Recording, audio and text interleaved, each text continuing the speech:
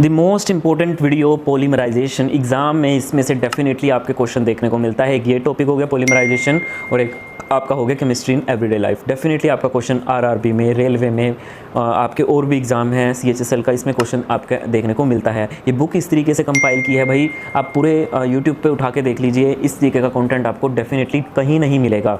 तो मैं ज़रूर कहूँगा आपको, पूरा मैंने साइंस का कोर्स कंप्लीट करवाया है और आपका टियर 1 और टियर 2 दोनों में आपके भर के क्वेश्चन जो है वो पूछे जाते हैं। तो भाई इनको छोड़ के नहीं आना है, एक एक नंबर आपका कीमती आपके सिलेक्शन के लिए। तो पॉलीमराइजेशन हम फटाफट से शुरू कर देते हैं विदाउट वेस्टिंग एनी टाइम। मेरा जो चैनल है एसएससी स्टडी स्मार्ट, वहाँ पर भी मैं जो है वो ये लेक्चर्स जो है वो पढ़ाना अपना शुरू करूँगा, क्योंकि वहाँ की ऑडियंस अलग है। पॉलीमर्स क्या होता है? इट इज़ डिफाइंड एज, मतलब एक छोटी, बहुत सारी छोटी छोटी यूनिट, उनको जब आप संयोग करके बड़ी यूनिट, बड़ा मॉलिक्यूल बनाते हो, उसको बोलते हैं पॉलीमराइजेशन। जिस तरीके से आपका घर हो गया, ठीक है, जब आप उसमें नींव रखते हो, वहाँ पे आप एक एक ईंट रख करके जो है वो पूरा घर बनाते हो। तो ईंट क्या है? मोनोमर यूनिट है, और वो पूरा घर क्या है? आपका एक तरीके से पॉलीमर है। सो पॉलीमर का जो मास होगा वो हाई मोलिकुलर मास होगा। मैक्रो मतलब बड़ा मोलिक्यूल है, ये मैक्रो मोलिक्यूल है, जिसमें आपके रिपीटिंग स्ट्रक्चरल यूनिट्स हैं derived from the corresponding monomers. मतलब काफ़ी सारे मोनोमर्स आपस में रिपीट होकर एक रिपीटिव स्ट्रक्चर बनाते हैं, उसका हाई मोलिकुलर मास होता है और वो मैक्रो मोलिक्यूल्स की कैटेगरीज में आते हैं। जैसे आपको एथिलीन यहाँ पे दिख रहा होगा, ठीक है, इथाइलिन, ठीक है। सो ये इथाइलिन जो है वो जिसमें कार्बन कार्बन के बीच में डबल बॉन्ड होता है, ये भी आप पूरे डिटेल्स में आपको बताऊंगा। बॉन्ड कैसे इनकी IUPAC नेमिंग करनी है, कार्बन के जितने बॉन्ड हैं, double bond, triple bond, single bond, saturated, unsaturated, सब कुछ मैं आपको आगे क्लियर करवाऊंगा। तो ये जब इनका पॉलीमराइजेशन हुआ तो आपका इथीन से आपका पॉलीथीन बना, जिसमें काफ़ी सारी, इसकी जो मोनोमर यूनिट है वो कौन सी है? इथिलीन होगी। उसके बाद देखिए polymers occur in nature also. Cotton for example, polymer called cellulose. तो सेल्यूलोज की रिपीटिव स्ट्रक्चर, सेल्यूलोज किसका बना है? Large number of glucose units. So इसका जो आपका ये कॉटन है वो एक पॉलीमर है, ठीक है, जिसको हम सेल्यूलोज बोलते हैं। सेल्यूलोज जो है large number of glucose unit से मिलकर बना हुआ है।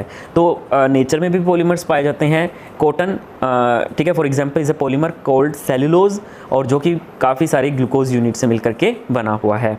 आगे देखिए क्लासिफिकेशन ऑफ पॉलीमर्स, पॉलीमर की क्लासिफिकेशन। सो क्लासिफिकेशन में देखिए, since polymers are numerous in number with different behaviour and can be naturally found or synthetically created, मतलब नेचर में भी फाउंड हो सकते हैं। जैसे कॉटन मैंने एक एग्जांपल बताया, ठीक है, एक पॉलीमर जिसको सेलुलोज बोलते हैं, काफ़ी सारी ग्लूकोज की चेन्स जो हैं वो होती हैं, यूनिट्स होती हैं। इसको सिंथेटिकली भी क्रिएट किया जाता है, जैसे पॉलीथीन हो गया, इथीन की मोनोमर यूनिट्स आपस में रिपीट करती हैं, या फिर इसको आप जो है वो नेचुरली भी फाउंड कर सकते हैं। So they can be classified in various ways. So natural and synthetic and the semi synthetic, और आगे फिर उनका स्ट्रक्चर के बेसिस पे हम, पहले तो है उनका ओरिजिन के बेसिस पे किस तरीके से क्लासिफिकेशन करना है। ओरिजिन के बेसिस पे नेचुरल हो गया। अब नेचुरल क्या हो गया? The easiest way to classify polymers is the source of origin. So natural polymers which occur in nature and are existing in natural resources like plants and animals. Some of the common examples of the natural polymers are proteins which are found in humans and animals like cellulose and starch. So जो कि plants में पाए जाते हैं आपके cellulose, जिसके अंदर glucose की रिपीटिव स्ट्रक्चर्स होती हैं, and rubber जो कि आपका कहाँ से हार्वेस्ट होता है? आपका ट्रॉपिकल प्लांट जो होता है ना, ये बायोलॉजी में आपको पढ़ाऊँगा मैं, उसके लेटेक्स से आपका क्या बनता है? रबड़ बनता है। तो ये सब क्या है? आपके नेचुरल पॉलीमर्स हैं। रबड़ का बहुत ज़्यादा पूछा जाता है, और ये डायरेक्टली MCQ में पूछा जाता है आपसे कि नेचुरल पॉलीमर्स के एग्जांपल क्या हैं? रबड़ हो गया, cellulose, starch and proteins. Synthetic polymers, synthetic polymers वो पॉलीमर्स हैं जिसे ह्यूमन ने आर्टिफिशियली क्रिएट किया है लेबोरेटरी के अंदर। They are commercially produced by industry for human necessities. Some commonly produced polymers which we use day to day life are polythene हो गया, ठीक है, जो बिल्कुल हम डेली लाइफ में यूज़ करते हैं। A mass produced plastic which we use in packaging. और उसके बाद आपका हो गया नाइलॉन फाइबर्स, ठीक है, जो कि आप यूज़ करते हो फिशिंग के जो नेट्स में हो गया, मछलियों के जाल में, और जो क्लोथ्स में, कपड़ा में आपका यूज़ होता है नाइलॉन फाइबर्स। सेमी सिंथेटिक, नाम से पता चल रहा है सेमी सिंथेटिक, मतलब आप क्या कर रहे हो इसमें? आप नेचुरल पॉलीमर्स में थोड़ा सा मॉडिफिकेशन कर रहे हो लैब में इसको आर्टिफिशियली। तो these polymers formed by the chemical reaction, लेकिन एक कंट्रोल्ड इन्वायरमेंट के अंदर, ठीक है, and are of commercial importance, लेकिन उनकी कमर्शियली इंपॉर्टेंस है। कंट्रोल्ड इन्वायरमेंट का मतलब क्या होता है? वहाँ पे जो 3 कंडीशन होती हैं आपका, जैसे टेम्परेचर हो गया, प्रेशर हो गया, कंट्रोल्ड इन्वायरमेंट के अंदर आप उसको क्रिएट करते हो। So vulcanised rubber, most important example, sulphur is used in cross bonding the polymer chains found in the natural rubber. और क्या हो गया, सेलुलर एसीटेट, रेयोन एटसेट्रा। ये वल्केनाइज्ड रबर जो है उसको मैं आगे बताऊंगा, इसमें सल्फ़र का यूज़ किया जाता है बेसिकली। उसके बाद देखिए स्ट्रक्चर के बेसिस पर क्लासिफिकेशन, लीनियर, ब्रांच, आपका क्रॉस लिंक एंड देन, ठीक है, क्रॉस लिंक। सो 3 आपका लीनियर हो गया सबसे पहले देखिए। सो बेसिकली क्या होता है, these polymer are similar in structure to a long straight chain which identical links connected to each other, which identical links connected to each other, the monomers, जैसे आपका पॉलीविनाइल क्लोराइड हो गया, ठीक है, जो आपका विनाइल क्लोराइड है, ठीक है, उसमें आपका क्या होता है, एक लंबी स्ट्रेट चेन्स जो कि आइडेंटिकल होती हैं और एक दूसरे से लिंक होती हैं वो, सो एक लंबी चेन्स बनाती हैं, monomers that are link together to form a long chain. और इसी तरीके से जैसे मैंने आपको बताया इनका हाई मोलिकुलर मास होता है, because of its high molecular mass, because of its they are macromolecules, these polymers have high melting points and are of high density. So एक common example of this is polyvinyl chloride. And कहाँ पे use होता है आपका, so electric cables में, pipes में, आपका PVC pipes आपने सुना होगा। आगे है branch chain polymers, as a title describe the structure of these polymers like branches originating at random points from a single linear chain. मतलब एक सिंगल लीनियर चेन से कहीं पे भी रैंडम पॉइंट्स पे आपकी क्या होती है, ब्रांच निकल जाती हैं। जिस तरीके से ट्री होता है, ट्री में एक बिल्कुल एक लंबा तना होता है, लेकिन उस तने के आसपास कहीं से भी ब्रांचेस निकल जाती हैं, उस तरीके से ब्रांच आपका होता है, branched polymers. So monomer join together form a long straight chain which with some branch chain of different length. मतलब ये जो मोनोमर है ये जॉइन होती हैं together to form a long straight chain with some branched chain of different length. और इनकी length भी डिफरेंट हो सकती है। जो ब्रांच लेंथ है ना, ऐसा नहीं है कि आइडेंटिकल होंगी, डिफरेंट लेंथ की हो सकती हैं। As a result of these branch, these polymers are not closely packed together, so they are of very low density, having low melting points and the low density polythene LDPE used in plastic bags and general purpose container is a common example. Crosslink, देखिएगा crosslink और network polymers. In this type of polymer, monomers are linked together to form a 3-dimensional network. मतलब आपस में क्या कर रहे हैं, वो 3-dimensional स्ट्रक्चर जो है वो बिल्ड कर रहे हैं। ये जो मोनोमर क्रॉस लिंक होते हैं, मतलब एक नेटवर्क बिल्ड कर रहे हैं। कहीं से भी आपस में डबल बॉन्ड के थ्रू, ट्रिपल बॉन्ड के थ्रू, आपस में स्ट्रॉन्ग कोवलेंट बॉन्ड के थ्रू ये आपस में क्या हो जाते हैं, अटैच हो जाते हैं। They are composed of bifunctional and trifunctional. मतलब इसमें जो मोनोमर्स होती हैं वो बाईफंक्शनल भी हो सकती हैं और ट्राईफंक्शनल भी हो सकते हैं। इनके बारे में मैं आगे थोड़ा सा आपको ज़्यादा डिटेल में तो नहीं, लेकिन उतना बता दूंगा जितना आपके लिए रिक्वायर्ड है आपके समझने के लिए। तो देखिए, these polymers are brittle and hard. ये पॉलीमर्स आपके ब्रिटल होते हैं और काफ़ी हार्ड होते हैं। बेकलाइट एक एग्जांपल हो गया जो कि इलेक्ट्रिकल इंसुलेटर में यूज़ होते हैं, और मिलामाइन। अब आगे देखिए, ये जो बाईफंक्शनल और ट्राईफंक्शनल नेचर मैंने लिखा है, इसका मतलब क्या होता है। कोई भी मोनोमर है अगर वो बाईफंक्शनल है, ट्राईफंक्शनल है, उसका मतलब क्या होता है। सबसे पहले देखिए मोनोमर की फंक्शनैलिटी का मतलब ही क्या होता है। मतलब ये होता है कि कितने मोनोमर यूनिट, कितने बॉन्ड जो है वो बना सकता है। The number of bond that a monomer unit can form. For example जैसे इथीन एक एग्जांपल हो गया। यहाँ पे आपको कार्बन कार्बन के बीच में डबल बॉन्ड दिख रहा है और साथ में कार्बन और हाइड्रोजन, लेकिन जो कार्बन हाइड्रोजन का बॉन्ड है काफ़ी स्ट्रॉन्ग है और difficult to break. So carbon carbon जो डबल बॉन्ड है वो less stronger as compare to the CH bond. So therefore हम जो है वो कार्बन कार्बन डबल बॉन्ड पर अटैक करते हैं। तो जैसे ही ये आपका ये कार्बन डबल बॉन्ड जो है वो टूटता है, तो यहाँ कार्बन के पास 2 फ्री इलेक्ट्रॉन होते हैं, या फिर कह लीजिए कि 2 बाइंडिंग साइड जो है वो अदर न्यू मोलिक्यूल के लिए, न्यू मोनोमर के लिए एक साइट बन जाती है जहाँ से नए मोनोमर अटैच हो जाएंगे। ठीक है, तो यहीं से आपकी आगे पॉलीथीन का एक स्ट्रक्चर डेवलप होता है। जब भी आप पॉलीथीन का स्ट्रक्चर डेवलप करेंगे तो आपको पता है ना कि मोनोमर यूनिट्स हैं, काफ़ी सारी रिपीट होती हैं, तो उनके पास 2 ऐसी बाइंडिंग साइट्स होनी चाहिए ताकि वो आपस में अटैच हो सकें। तो यहाँ पे इसलिए ये बाईफंक्शनल इन नेचर है। So this is the example of bifunctional. CH bond are about. अब ये जो CH बॉन्ड है ये कार्बन डबल डबल बॉन्ड से या कार्बन सिंगल बॉन्ड से, कार्बन ट्रिपल बॉन्ड से आपस में ज़्यादा स्ट्रोंगर है। उसकी रीज़न सुन लीजिए। हाइड्रोजन है जिनके पास having only 1 electron shell is much smaller than carbon. Carbon से वो ज़्यादा छोटा है। The distance between the nuclei is shorter. यहाँ पे न्यूक्लियस के बीच में जो डिस्टेंस है वो काफ़ी शॉर्टर है। So there is a great force of attraction to the density of electron in between them. सो यहाँ पे न्यूक्लियस की जो इलेक्ट्रॉन के प्रति जो होल्ड करने की जो पावर है, जो फोर्स ऑफ अट्रैक्शन है वो काफ़ी ज़्यादा है। So the very simple answer is CH bond is stronger, और यहाँ पे बॉन्ड लेंथ जो होती है वो आपकी शॉर्टर होती है। तो न्यूक्लियाई जो होती हैं वो एक दूसरे को बड़े फोर्सफुली अट्रैक्ट करती हैं। ट्राई फंक्शनल में 3 बाइंडिंग साइट होगी। एग्जाम्पल के तौर पर जैसे आपका फिनोल हो गया, ग्लिसरीन हो गया, ठीक है। ग्लिसरीन जैसे CH2OH 3 यहाँ पे फंक्शनल ग्रुप हैं, सो यहीं पे 3 बाइंडिंग साइट्स हैं, ये आपस में निकल करके OH ग्रुप 3 बाइंडिंग साइट्स बना रहा है। ऐसे फिनोल हो गया, फिनोल के पास देखिए यहाँ पे ऑर्थो मेटा और पैरा पे 3 आपके साइट बन रही है जहाँ पे आपके ये जो एलिमेंट हैं वो अटैच हो जाते हैं। सो यहाँ पे 3 साइट्स हैं, सो ये ट्राई फंक्शनल मोनोमर्स हैं। आगे देखिए based on the mode of polymerisation, so polymerisation is basically a process by which monomer molecules are reacted together in a chemical reaction to form a polymer chain बनाती हैं जो कि 3 dimensional network हो सकती हैं। इन्हीं के बेसिस पे आगे हम क्लासिफिकेशन करते हैं addition polymer, condensation polymers and आगे क्या नाम ये आगे इनकी बेसिस पे हमने ये क्लासिफाई किया है। सबसे पहले देखिए एडिशन पॉलीमर्स, इसमें क्या होता है जो polymer this type of polymers are formed by the repeated addition of the monomer molecules. The polymer is formed by the polymerisation of molecule. यहाँ पे मोनोमर का जो पॉलीमराइजेशन होता है वो डबल और ट्रिपल बॉन्ड के द्वारा होता है। Note in this process there is no elimination of small molecule like water और अल्कोहल, मतलब कोई बाय प्रोडक्ट रिलीज नहीं होता जब आपस में काफ़ी सारी मोनोमर यूनिट्स जो है वो डबल बॉन्ड और ट्रिपल बॉन्ड के थ्रू जो है वो ऐसी मोनोमर्स जिनके ऊपर डबल बॉन्ड और ट्रिपल बॉन्ड है तो इनमें कोई बाय प्रोडक्ट रिलीज़ नहीं होता जब वो आपस में जुड़ती जाती हैं, ठीक है। या फिर हम ये कह सकते हैं कि ऐसे एडिशन पॉलीमर्स जो होती हैं जिनके एम्पिरिकल फार्मूलाज मोनोमर्स यूनिट के साथ सेम खाती हैं, जैसे इथीन टू आपकी पॉलीथीन हो गया, तो मतलब इनका एम्पिरिकल फार्मूला सेम ही रहेगा। उसके बाद देखिए आपका कंडेंसेशन पॉलीमर्स। कंडेंसेशन पॉलीमर्स ये आपका कम्बिनेशन ऑफ मोनोमर्स है with elimination of small molecules like water और अल्कोहल।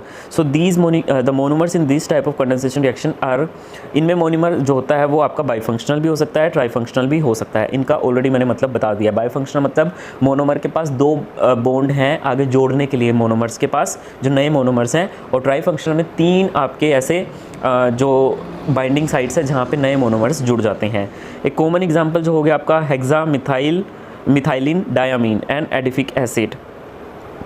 तो ये जो है आपस में जब आप पॉलीमराइजेशन करते हो hexamethylene diamine and adipic acid, तो इससे नाइलॉन 6 बनेगा जहाँ पे वाटर का क्या होता है, एलिमिनेशन होता है। सो कैवलर भी देख लीजिए। Kevlar is a nylon polymer and is obtained by the condensation polymerisation of terephthalic acid with 1,4 benzene diamine. सो इसके साथ इसका कंडेंसेशन पॉलीमराइजेशन कराते हैं टेरिथैलिक एसिड के साथ। तो यहाँ पे जब रिएक्शन होगी तो इनकी रिपीटिव यूनिट आपस में होंगी प्लस साथ में वाटर का एलिमिनेशन होगा। कहाँ पे यूज़ होता है? It is a fibre use for making bulletproof vest. तो आपको ये याद रखना है नाइलॉन पॉलीमर है। कंडेंसेशन पॉलीमराइजेशन किस चीज़ का? Terephthalic acid with 1,4 diamino benzene. आगे देखिए Dacron, it is a polymer of glycol and terephthalic acid. तो यहाँ पे देखिए डेक्रोन, सो यहाँ पे टेरिथैलिक एसिड NCOOH दोनों साइड, इसकी काफ़ी सारी मोनोमर यूनिट्स, और इथाइलिन ग्लाइकोल CH2OH वाटर का एलिमिनेशन करके आगे क्या बनाते हैं? डेक्रोन बनाते हैं। बहुत इंपॉर्टेंट है ये भी। उसके बाद देखिए classification based on the molecular forces. Intermolecular forces are the forces that holds atom together within molecule. In polymer strong covalent bonds joins atom to each other in individual polymolar molecules। तो यहाँ पे molecular forces के basis पर आपने classify किया है। सो ये जो आपके इंटरमोलिकुलर फोर्सेस होते हैं between the molecules attract polymer molecules towards each other. Note that the properties exhibited by the solid material like polymers depend largely on the strength of the forces between these molecules. तो अगर इन molecules के बीच में आपका force of attraction जो है वो जो forces हैं उनकी जो स्ट्रेंथ है उसके बेसिस पे इनकी प्रॉपर्टीज़ काफ़ी सारी डिफर जो है वो करती हैं। सो जैसे कि मैं आपको बताऊँ, using this polymer can be classified into 4 आपकी टाइप्स में। सो आपकी इलास्टोमर्स हो गया। Elastomers are the rubber like solid polymers that are elastic in nature. When we say elastic, we basically means that the polymer can be easily stretched by applying a little force. The most common example of this type of can be seen in rubber bands or hair bands. Applying a little stress elongates the band. The polymer chains are held by the weakest intermolecular forces, hence allowing the polymer to be stretched. But as you notice, removing the dead stress also results in the rubber band taking up its original position. This happens as we introduce cross link between the polymer chains, which help it in the retracting to its original position. सो ऐसा basically होता क्यों है? This happens जब भी आप introduce करते हो cross link between the polymer chains. सो जब आप क्रॉस लिंक डालते हो पॉलीमर चेन्स के बीच में, तो वो इसकी हेल्प करता है उसकी ओरिजिनल पोजीशन में उसको वापस ले जाने के लिए। Our car tyres are made of the vulcanised rubber. This is when we introduce sulphur to cross bond the polymer chains. तो वहाँ पे हम सल्फर का यूज़ करते हैं पॉलीमर चेन्स की क्रॉस बॉन्ड करने के लिए आपस में। उसके बाद देखिए आपकी थर्मोसेटिंग ये जो टायर्स होती हैं, इनमें जब हवा भरते हो तो ये भी इलास्टिक होती हैं, तभी तो वो कम ज़्यादा प्रेशर को झेल सकता है। थर्मोप्लास्टिक्स ये भी बहुत इंपॉर्टेंट है। So thermoplastic polymers are the long chain polymers in we intermolecular forces. कौन सी होती है? वंडर वाल फोर्सेस ऑफ अट्रैक्शन। ये आगे मैं बिल्कुल डिटेल में पढ़ाऊंगा। काफ़ी सारी फोर्स ऑफ अट्रैक्शन होती हैं that holds the polymer chains together.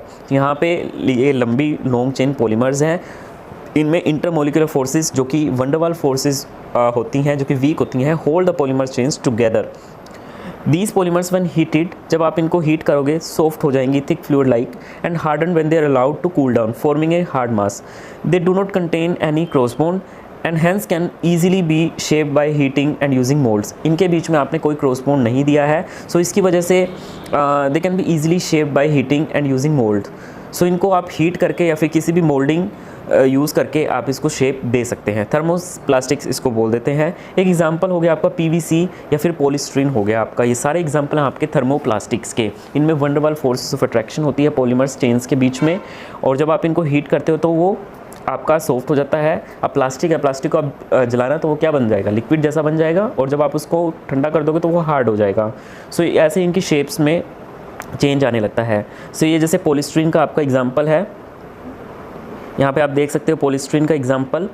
तो ये फेनिल एथिलीन है, और यहाँ पे आपका क्या बन रहा है? पॉलीस्टीरीन बन रहा है। ये स्ट्रक्चर आप याद कर लेना। कहाँ पे यूज़ होता है? बोटल्स में, सेलो के कवर में, सीडी कवर में, खिलौने, radio, television.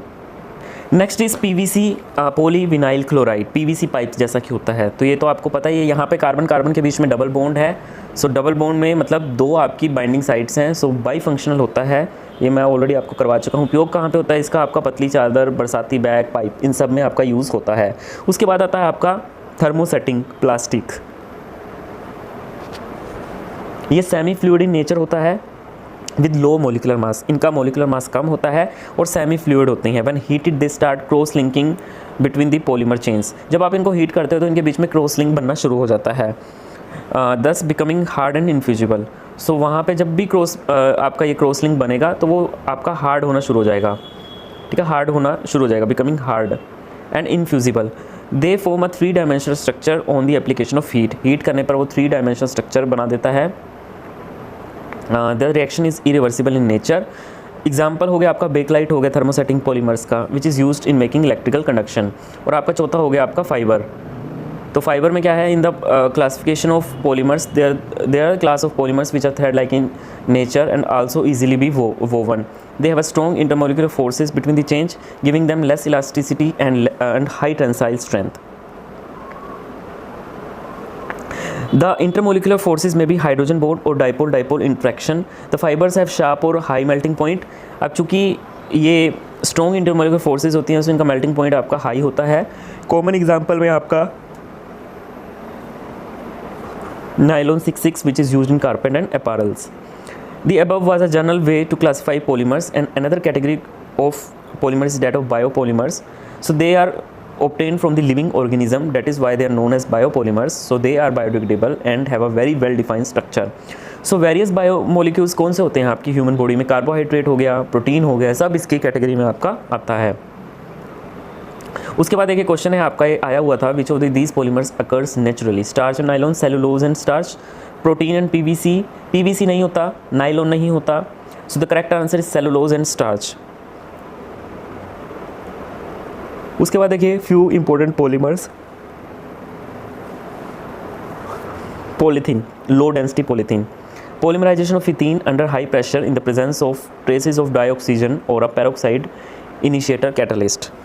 High density polythene, polymerization of ethene in the presence of catalysts such as triethyl aluminum and titanium tetrachloride, Ziegler-Natta catalyst. तो वहाँ पे बनता है आपका हाई डेंसिटी पॉलीथीन। डायरेक्टली आपका पूछा जाता है एग्जाम में। और कैटलिस्ट जिगलर नट्टा कैटलिस्ट, इनको डिटेल में नहीं पढ़ना है, सिर्फ एक आइडिया होना चाहिए आपको।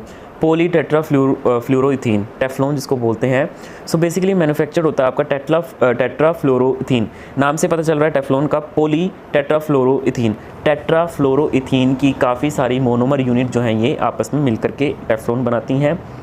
इसमें free radical with free radical और persulphate catalyst at high temperature, sorry at high pressure पे आप बनाते हो।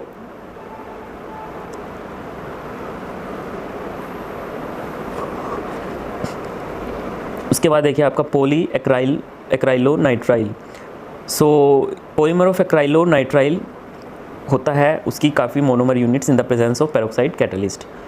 कंडेंसेशन पॉलीमराइजेशन के एग्जांपल पॉलीमाइड्स एमाइड लिंकेजेस होती हैं इसमें। Nylon 66 that is prepared by the condensation polymerization of hexamethyldimine with adipic acid and under high pressure and high temperature. Nylon 6 जो होता है obtained by heating caprolactam with water at high temperature, ये direct याद करना आपको। उसके बाद देखिए आपका पोलिएस्टर, ये आपका पोली कंडेंसेशन प्रोडक्ट होता है di carboxylic acid and diols. Polyester is another synthetic fibers made from this fiber doesn't get wrinkled easily, it remains crisp and easy to wash, so it is quite suitable for making dress material. Example terylene is the best example of polyester. Prepared किससे होता है आपका ethyl glycol and terephthalic acid, ये important है। It can be drawn into very fine fibres that can be woven like any other yarn. Phenol, formaldehyde polymer, Bakelite and related polymers. आगे थोड़ा सा आपको जस्ट अंडरस्टैंड करना है production of phenol, कैसे कैसे आप इसको प्रिपेयर कर रहे हो। आप इसको क्यूमीन से प्रिपेयर कर रहे हो, आप इसको एनिलीन से प्रिपेयर कर रहे हो, ठीक है, तो ये सारे आपको पता होना चाहिए। आप हेलोएरिन से इसको प्रिपेयर कर रहे हो, आप ओलियम का यूज़ कर रहे हो। तो थोड़ा सा ये डायग्राम में आप देख लीजिए। जैसे फर्स्ट डायग्राम है, इसमें आपका बेंजीन सल्फोनिक एसिड है, वो ऑब्टेन होता है बेंजीन से by reacting with oleum. This benzene sulfonic acid can be treated with molten sodium hydroxide at high temperature to encourage the formation of sodium phenoxide. Finally, sodium phenoxide on acidification gives phenol. The second one is aniline. So aniline is treated with sodium nitrite and hydrochloric acid. It forms a diazonium salt of benzene diazonium chloride. This occurs at a temperature range of 273 to 278 Kelvin, and when the benzene diazonium chloride formed is heated with water, say they undergo hydrolysis to form the phenol. उसके बाद third देखिए cumene से कैसे prepare होता है। सो cumene से prepare करने के लिए क्यूमीन को आप ऑक्सीडाइज करते हो एयर की प्रेजेंस में टू क्यूमीन हाइप्रोक्साइड। उसके बाद देखिए जो क्यूमीन होता है आइसोप्रोपाइल बेंजीन, ये ऑक्सीजन की प्रेजेंस में क्यूमीन हाइप्रोक्साइड बनता है। इसको आपने ट्रीट किया डाइल्यूट एसिड के साथ, ठीक है, तो उससे आपका 323 टू 363 केल्विन, सो आपका फिनोल बनता है प्लस एसीटोन बाय प्रोडक्ट के रूप में बनता है। उसके बाद देखिए एक डो प्रोसेस भी होता है, जब आप जो हेलोएरिन से उनके द्वारा प्रिपेयर होता है ये। तो जब क्लोरोबेंजीन को आप NaOH के साथ ट्रीट करते हो at 300 atmospheric pressure and 623 kelvin, so it forms sodium phenoxide, जो कि आप एसिडिफिकेशन के द्वारा HCl जब उसमें डालते हो तो आपका फिनोल बनता है। जस्ट आपको याद रखना है। उसके बाद देखिए novolac prepared by the condensation reaction of phenol with formaldehyde in the presence of either an acid or base catalyst. The initial product could be a linear product. Novolac जो है वो यूज़ होता है आपका पेंट में। So basically novolac on heating with formaldehyde, जब आप formaldehyde के साथ अगेन उसको हीट करते हो, अंडरगोस क्रॉस लिंकिंग, तो उससे क्रॉस लिंकिंग हो जाती है to form an infusible solid mass, जिसको हम बेकलाइट बोलते हैं। एंड यही आपका यूज़ होता है कोम्स कंगे बनाने में, phonograph records, electrical switches and handles of various utensils.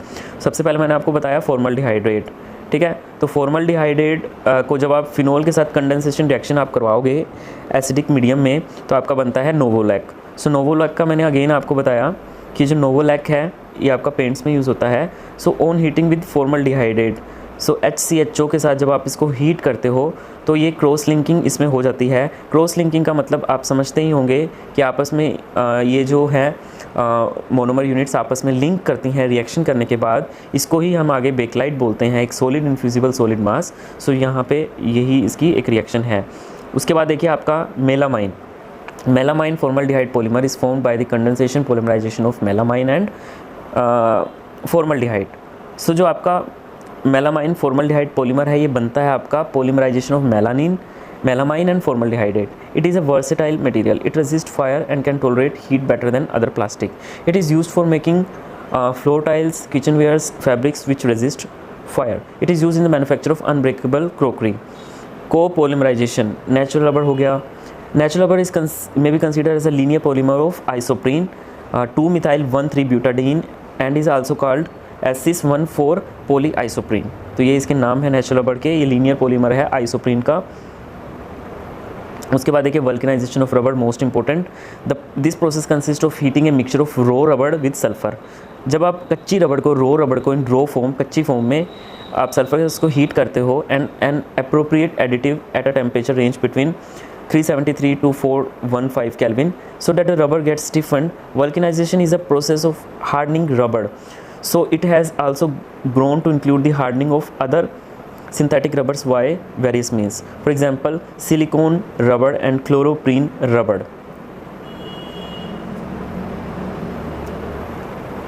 उसके बाद देखिए सिंथेटिक रबर्स, नियोप्रीन हो गया by the free radical polymerization of chloroprene.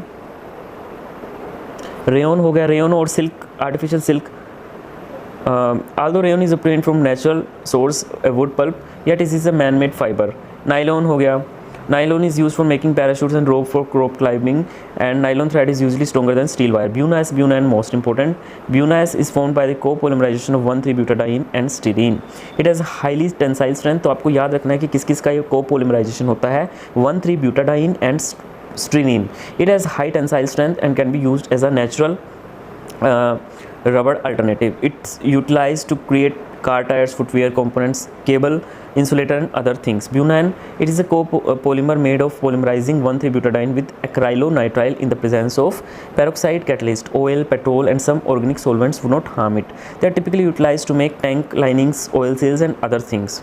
Next one is natural rubber. Natural rubber is an added polymer from a tropical rubber tree that is collected as a milky white fluid known as latex. So the monomer is isoprene 2-methyl-1,3-butadiene, produces natural rubber at high pressure, high temperature in the presence of suitable catalyst. So this is isoprene and it undergoes copolymerization to form natural rubber is polyisoprene, as you can easily see.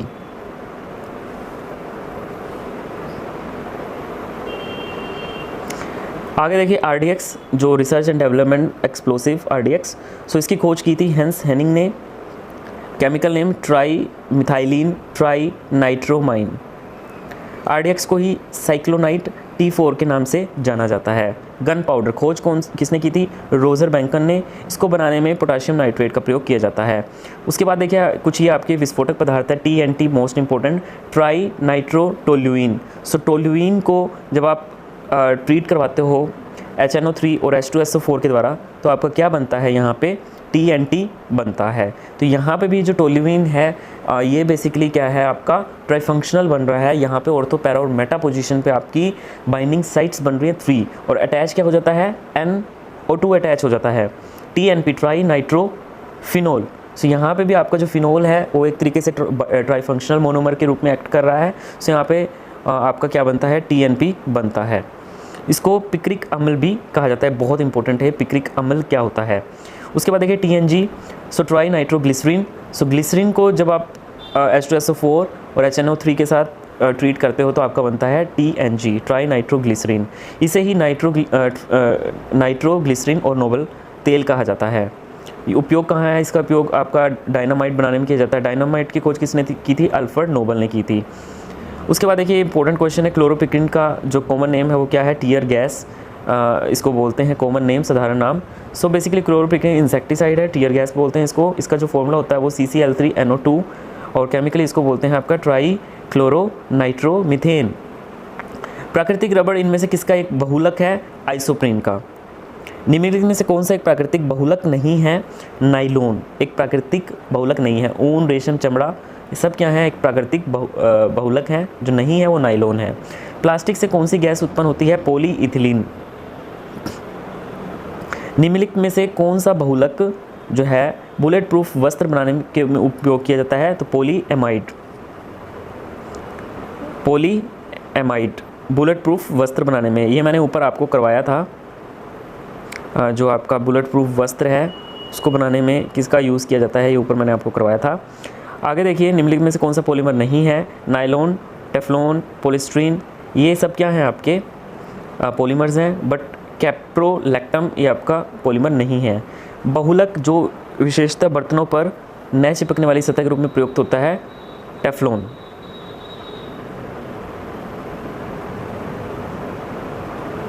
निम्नलिखित में से किस का विस्फोटक नाम Nobel तेल है? TNG। RDX का आविष्कार किसने किया था? हंस हेनिंग द्वारा। निम्नलिखित में से कौन सा एक RDX का अन्य नाम है? साइक्लोनाइट। निम्नलिखित में से कौन सा जो है वो एक विस्फोटक नहीं है? RDX भी एक विस्फोटक है, तो नाइट्रोक्लोरोफॉर्म नहीं है। निम्नलिखित में से किसको एक विस्फोटक की तरह यूज़ किया जाता है? नाइट्रोग्लिसरीन को। ओरलोन किससे बनने वाला पॉलीमर है? एक्राइलोनाइट्राइल।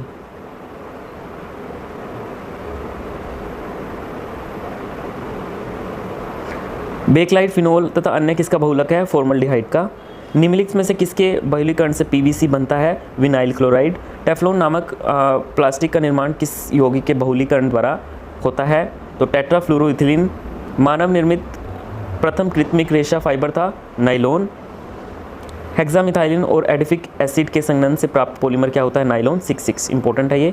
नाइलॉन है एक पॉलीएमाइड, ये क्या है आपका? नाइलॉन है।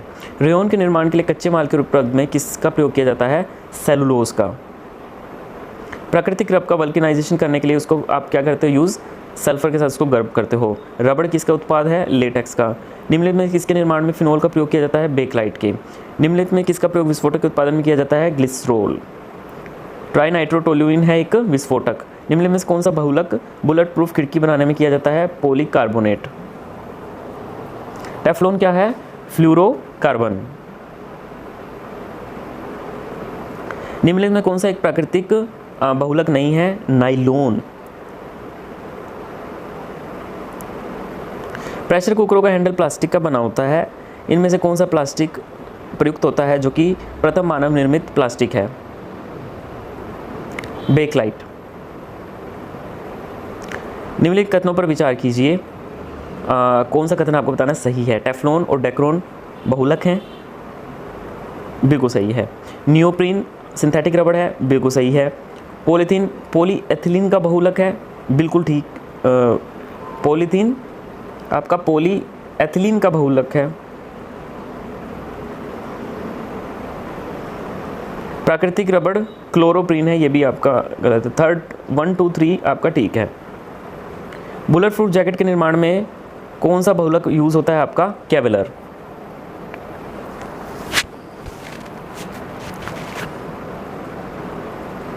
सो आई होप आपको ये वीडियो अच्छी लगी होगी, तो प्लीज़ ज़्यादा से ज़्यादा इस चैनल को सब्सक्राइब कीजिए।